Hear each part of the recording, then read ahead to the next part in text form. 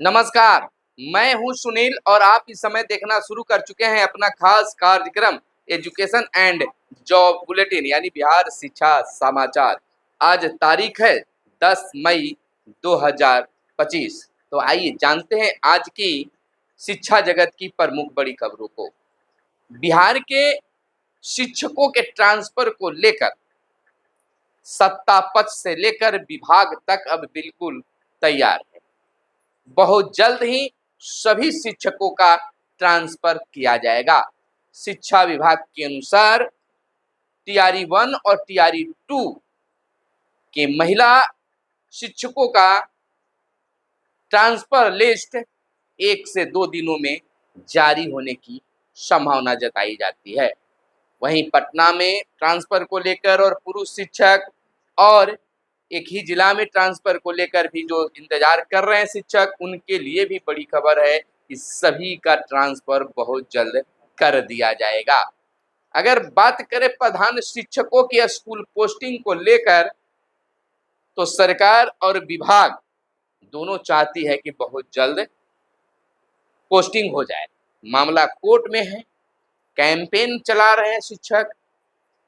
अब एक कोर्ट की सुनवाई भी बहुत जल्द होने की बातें आ रही है। इस स्थिति में अन्य रास्ता भी निकाला जा रहा है कि अन्य प्रधान शिक्षकों का जो शिक्षक अभ्यर्थी हैं उनकी पोस्टिंग स्कूलों में कर दिया जाए। फिलहाल 15 मई तक कोई खास अपडेट शिक्षा विभाग की ओर से प्रधान शिक्षकों को लेकर मिलना माना जा रहा है। तो जो भी ट्रांसफर पोस्टिंग के लेकर जिनका लिस्ट जारी कर दिया गया है, उनको स्कूल में पोस्टिंग भी बहुत जल्द हो जाएगा। शिक्षा विभाग तमाम चीजें पूरी कर ली है, अब उसको केवल धरातल पर उतारने की जरूरत है।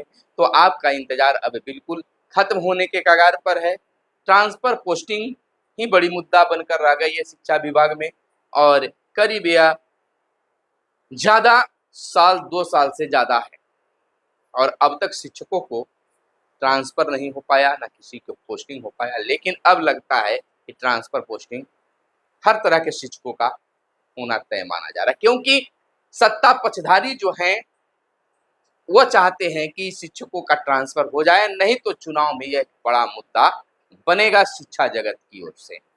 तो निश्चित तौर पर चुनाव भी बिल्कुल अब सामने धीरे धीरे पहुंचने लगी है, और यह 1-2 महीने के अंदर में तमाम चीजों को निपटारा हो जाएगा, ताकि शिक्षक की ओर से कोई आक्रोश सरकार को झेलना न पड़े। खासकर भाजपा और जदयू ये चाहती है कि शिक्षकों की जो मांग है वह पूरी की जाए। दूसरी बात मैं बता दूं कि वैसे नियोजित शिक्षक जो विशिष्ट शिक्षक बन गए हैं, उनके सामने ट्रांसफर पोस्टिंग के साथ एक और बड़ी मुद्दा है, वह है सेवानिवृत्तता का लाभ। तो इसको लेकर भी मैराथन कर लिया गया है, और बहुत जल्द ही एक खास मौके पर मुख्यमंत्री नीतीश कुमार इसका ऐलान भी कर सकते हैं। क्योंकि अगर ट्रांसफर पोस्टिंग कर भी दिया जाता है और विशिष्ट शिक्षकों को सेवानिवृत्तता का लाभ नहीं मिलता है, तो शिक्षक आक्रोशित और सरकार के प्रति नाखुश रहेंगे, और सरकार नहीं चाहेगी कि शिक्षक नाखुश रहे। क्योंकि जदयू के नीरज कुमार ने भी बयान दिया है कि शिक्षकों को हर बातें मानी जाएगी, शिक्षक हमारे हैं और शिक्षक के भी सरकार है। तो निश्चित तौर पर ये मामला भी अब पूरा के पूरा समाप्त होगी, यानी कि मांगे आपकी पूरी हो सकती है। इधर 6ठी से 8वीं तक के 44% बच्चे एमडीएम से वंचित। 5 जिलों के 9 माह की एमडीएम की केंद्र को भेजी रिपोर्ट में खुलासा हुआ है। 6ठी से 8वीं कक्षा में जितने बच्चे नामांकित, उससे 56% को ही मिला लाभ। केंद्र ने राज्य शिक्षा विभाग को मामले की जांच कर रिपोर्ट देने को कहा गया है। राज्य के 5 जिले के 6ठी से 8वीं के नामांकित 44% बच्चे मध्याह्न भोजन योजना के लाभ से वंचित रहे। इन जिलों में पटना, नालंदा, भोजपुर, बक्सर और मुंगेर शामिल हैं। इन जिलों में 6ठी से 8वीं तक की कक्षा में जितने बच्चे नामांकित थे, उनमें से 56% को ही मध्याह्न भोजन योजना का लाभ मिला है। यह बातें शिक्षा मंत्रालय भारत सरकार की रिपोर्ट में सामने आई है।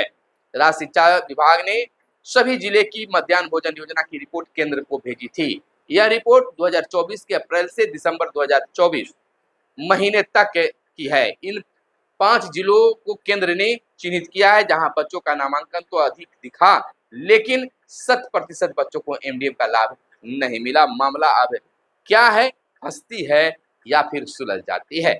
वहीं सरकारी स्कूलों में पहली बार ग्रीष्मावकाश का असाइनमेंट असाइनमेंट के जरिए बच्चे आसपास की चीजों से जोड़े जाएंगे। आपको बता दें कि सूबे में पहली बार स्कूली बच्चों को गर्मी छुट्टी में असाइनमेंट मिलेगी। इसके साथ ही सरकारी स्कूलों में कक्षा 3 से 8 के लिए सभी विषयों का बदले पाठ्यक्रम पर नया कन्वेंशन बैंक बन रहा है। इस सत्र से 6ठी से 8वीं का सिलेबस बदला है।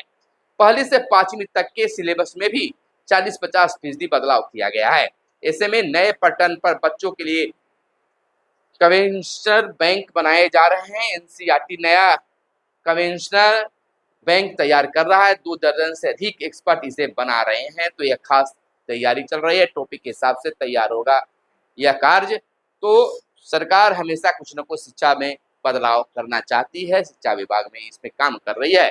इधर 58,879 नवनियुक्त अध्यापकों को योगदान की तिथि से मिलेगा वेतन। राज्य में बिहार लोक सेवा आयोग की तृतीय अध्यापक नियुक्ति परीक्षा टीआर 3 के आधार पर नवनियुक्त 58,879 अध्यापकों को अपनी पोस्टिंग वाले स्कूलों में योगदान की तिथि से वेतन का भुगतान होगा। नवनियुक्त अध्यापकों को अपनी पोस्टिंग वाले स्कूलों में 31 मई तक योगदान देना है। हालांकि नवनियुक्त अध्यापक 15 मई से ही योगदान देना शुरू करेंगे। इससे संबंधित निर्देशक प्राथमिक शिक्षा निदेशक साहिला द्वारा राज्य के सभी जिलों के जिला शिक्षा पदाधिकारी को दिए गए निर्देश के मुताबिक ऐसे विद्यालय अध्यापक जिन्हें औपबंधिक नियुक्ति पत्र उपलब्ध करा दिया गया है, उनका विद्यालय पदस्थापन पत्र एवं प्रारूप योगदान पत्र सॉफ्टवेयर के माध्यम से 10 मई से प्रिंट किया जा सकता है। जिन शिक्षकों को पहले औपबंधिक नियुक्ति पत्र नहीं मिला है, उनका औपबंधिक नियुक्ति पत्र, विद्यालय पदस्थापन पत्र और प्रारूप योगदान पत्र सॉफ्टवेयर से 10 मई से प्रिंट होगा। प्राथमिक शिक्षा निदेशक साहिला द्वारा जिला शिक्षा पदाधिकारी को दिए गए निर्देश में कहा गया है कि विद्यालय अध्यापकों के योगदान के बाद इनका विभागीय काउंसलिंग पोर्टल पर टेक्निकल ज्वाइनिंग अनिवार्य है। इसमें योगदान की तिथि एवं समय स्पष्ट अंकित होना चाहिए। इन शिक्षकों को नई पेंशन योजना का लाभ मिलना है, इसलिए प्राण आवंटित की कार्रवाई भी किया जाना है। अगली खबर की ओर चलने से पहले आपसे आग्रह है कि चैनल पर पहली बार आए हैं या अब तक चैनल को सब्सक्राइब नहीं किए तो चैनल को सब्सक्राइब कर लीजिए ताकि शिक्षा जगत की खबरों से आप अपडेट रह सकें। इधर स्कूलों में 31 तक योगदान देंगे या शिक्षक जो नवनियुक्त शिक्षक हैं उनको एकदम 31 मई तक हर हाल में स्कूल में पदस्थापित करना है। 10 मई से प्रिंट निकालने की तैयारी चल रही है। इधर खत्म होंगे बीईओ के 534 पद, नई नियुक्ति बीपीएससी से होगी। पद का नाम होगा एईडीओ। 1991 के बाद बीईओ नियुक्ति नहीं हुई है। 70% पद खाली बताए जा रहे हैं। बिहार में 534 प्रखंड शिक्षा पदाधिकारी यानी बीईओ साहब का पद समाप्त हो जाएगा। प्रखंड शिक्षा पदाधिकारी की सेवानिवृत्ति के साथ ही उनके पद खुद ही समाप्त हो जाएगा। अब बीपीएससी की ओर से सहायक शिक्षा विकास पदाधिकारी यानी एईडीओ की नियुक्ति होगी। इसमें 50% प्रमोशन और 50% सीधी नियुक्ति होगी। इसके साथ ही उनकी जिम्मेवारी भी बढ़ाई जाएगी। राज्य सरकार द्वारा बिहार शिक्षा प्रशासन समवर्ग नियमावली 2025 को स्वीकृति प्रदान की जा चुकी है। बिहार शिक्षा प्रशासन समवर्ग नियमावली 2025 के क्रियान्वयन को लेकर सारी तैयारियों को शीघ्र पूरा करने का भी निर्देश जारी किया गया है। पद में बदलाव के माध्यम से शिक्षा की गुणवत्ता सुधारने के लिए काम किया जाएगा। नया तंत्र तैयार किया जा सकेगा। एईडीओ की स्कूली शिक्षा में गुणात्मक सुधार लाने के प्रति जवाबदेही होंगे। इसके प्रदर्शन के आधार पर उन्हें प्रोन्नति देकर शिक्षा विकास पदाधिकारी बनाया जाएगा। अगली खबर बता दें कि 26 लाख स्कूली बच्चों के हाथों में अब भी किताब नहीं है। राज्य के प्रारंभिक स्कूलों में पढ़ने वाले कक्षा 1 से 8 तक के 26 लाख बच्चों को अब भी किताब का इंतजार है। शैक्षणिक सत्र 2025-26 के शुरू हुए 1 माह से अधिक समय हो चुके हैं, लेकिन सभी नामांकित बच्चों के हाथ में किताब नहीं मिल सकी है। इस कारण बच्चे और अभिभावक परेशान हैं। राज्य के लगभग 69,000 स्कूलों में विशेष अभियान के तहत कक्षा 1 से 8 तक के नामांकित लगभग 1 करोड़ 11 लाख बच्चों को निःशुल्क किताब वितरण करना था। इनसे 84 लाख बच्चों को किताबें मिल चुकी है। चालू शैक्षणिक सत्र में बच्चों को किताब उपलब्ध कराने के लिए प्रकाशकों को पुस्तक छपाई की जिम्मेवारी दी गई थी। पुस्तक प्रिंटिंग के साथ ही प्रखंड तक पुस्तक पहुंचाने की जिम्मेवारी भी प्रकाशकों को दी गई थी। शिक्षा विभाग का लक्ष्य था कि सत्र शुरू होने के 1 सप्ताह के अंदर ही बच्चों को पुस्तक उपलब्ध करा दिया जाए, लेकिन ऐसा नहीं हो सका। शिक्षा विभाग के अपर मुख्य सचिव ने सभी बच्चों को हर हाल में 2 मई तक पुस्तक उपलब्ध कराने का निर्देश दिया था। 28 अप्रैल से 2 मई तक स्कूलों में पाठ्य पुस्तक वितरण समारोह में छात्रों के माता पिता और अभिभावक को भी बुलाया गया था, लेकिन अभी भी स्कूलों को पूरी किताब नहीं मिल सकी है। स्कूलों को उपलब्ध पंखा और ट्यूब की रिपोर्ट मांगी। प्राथमिक शिक्षा निदेशक ने सभी डीओ को भेजा है पत्र। शिक्षा विभाग ने सभी स्कूलों का आवश्यकता अनुसार बिजली, पंखा और ट्यूबलाइट उपलब्ध कराकर 2 दिनों के अंदर रिपोर्ट मांगी है। इस संबंध में बुधवार को प्राथमिक शिक्षा निदेशक साहिला ने सभी जिला शिक्षा पदाधिकारी को पत्र भेजा है।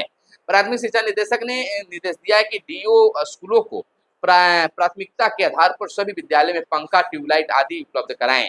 साथ ही खराब चापाकल और पेयजल आपूर्ति के साधन को भी ठीक कराना सुनिश्चित करें। वित्तीय वर्ष 2026 से 25-26 के लिए राज्य के सभी प्रारंभिक स्कूलों में पर्याप्त पंखा, ट्यूबलाइट, बल्ब, विद्युत वायरिंग आदि के लिए प्रति स्कूल 50,000 रुपये स्वीकृत किए गए हैं। स्कूलों में नामांकन के आधार पर कह सकते हैं कि अनुदान देने की बात, नामांकन के आधार पर विद्यालय विकास अनुदान के रूप में राशि उपलब्ध कराई जाती है। इस संबंध में जिलों से रिपोर्ट मांगी गई थी, लेकिन मुख्यालय को रिपोर्ट नहीं मिली है। प्राथमिक शिक्षा निदेशक के से पत्र के माध्यम से नाराजगी जताई है कि विद्यालय निरीक्षण के दौरान स्कूलों में पर्याप्त संख्या में पंखा, ट्यूबलाइट नहीं है।